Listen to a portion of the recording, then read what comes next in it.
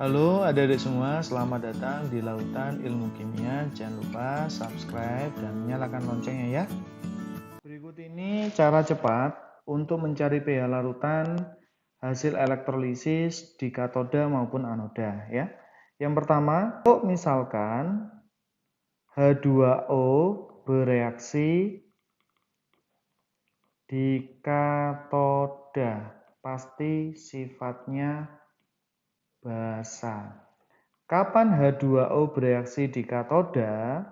Ketika masuk ke dalam jenis larutan yang berasal dari golongan 1A atau golongan 2A atau Al sama Mn, maka nanti reaksi di katoda kan 2H2O ditambah 2 elektron menghasilkan 2OH- ditambah dengan H2. Nah, ini lihat skema reaksi elektrolisis yang kemarin sudah saya jelaskan ya.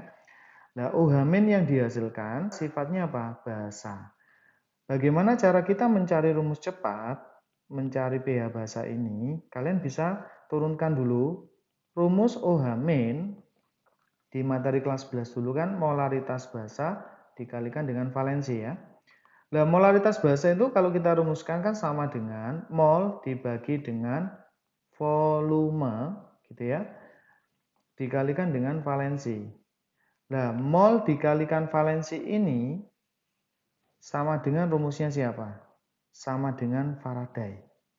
Maka rumus ini nanti bisa kalian ganti OH- sama dengan Faraday dibagi dengan volume. Tapi ini syaratnya satuannya harus liter. Ya. Nah, ini rumus cepat dalam mencari pH basa. Faraday-nya nanti tergantung yang diketahui ya. Kalian bisa gunakan I kali T per 96500 atau kalian juga bisa gunakan Q per 96500. Nah, seperti ini. Nah, ini rumus pH basa kalau misalkan H2O bereaksi di katoda. Sedangkan kalau yang kedua, ketika H2O bereaksi atau teroksidasi di anoda, pasti sifatnya adalah asam. Kapan H2O bereaksi di anoda? Ketika masuk ke dalam logam inert dan masuk ke sisa asam oksi untuk jenis anionnya. Ya, sisa asam oksi seperti SO4 2-, NO3-, PO4 3-, dan lain-lain seperti ini ya. Maka reaksi di anoda kan 2H2O menghasilkan 4H+ tambah O2 tambah 4 elektron. Lihat, ini yang dihasilkan apa? H+. H+ ini sifatnya adalah asam. Nah, bagaimana cara kita mencari pH asam? Asam dulu juga sama rumusnya, H+ sama dengan molaritas asam dikalikan dengan valensi. Nah, ini rumus asam materi kelas 11. Supaya kita bisa kaitkan dengan Faraday, molaritas kan bisa kita jabarkan sama dengan apa? Mol kali valensi dibagi volume. Jadi mol per volume molaritas, valensinya kita masukkan. Sehingga rumus H+ untuk reaksi hasil elektrolisis bisa kalian tuliskan F dibagi dengan volume. Nah, seperti ini ya. Oke, satuannya ini juga sama, wajib dalam satuan liter. Faraday-nya nanti ada 2, bisa I kalikan T per 96500 atau Q per 96500. Nah, seperti ini ya. Oke, berikut ini adalah contoh mencari pH larutan dengan cara cepat ya, menggunakan konsep Faraday. Misalkan soalnya gini, hitung pH larutan CuSO4 200 ml yang dielektrolisis selama 965 sekon dengan arus 2 ampere. Maka langkah yang harus kalian lakukan adalah yang pertama, kita lihat dulu yang dihasilkan nanti H2O reaksinya di katoda, apa H2O reaksi di anoda. Cara taunya gimana? Ya kita lihat jenis larutannya apa. Jenis larutannya CuSO4. Kalau kita ionkan Cu2 plus ditambah SO4 2-, ya. Anoda sama katoda. Oke. Anodanya SO4 2-, sisa asam oksi, berarti yang bereaksi adalah 2H2O menghasilkan 4H+, tambah O2, tambah 4 elektron.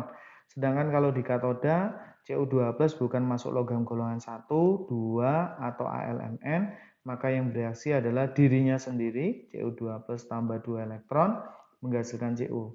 Maka dari reaksi ini, yang bereaksi adalah H2O di anoda. Kalau H2O bereaksi di anoda, maka sifatnya pasti asam.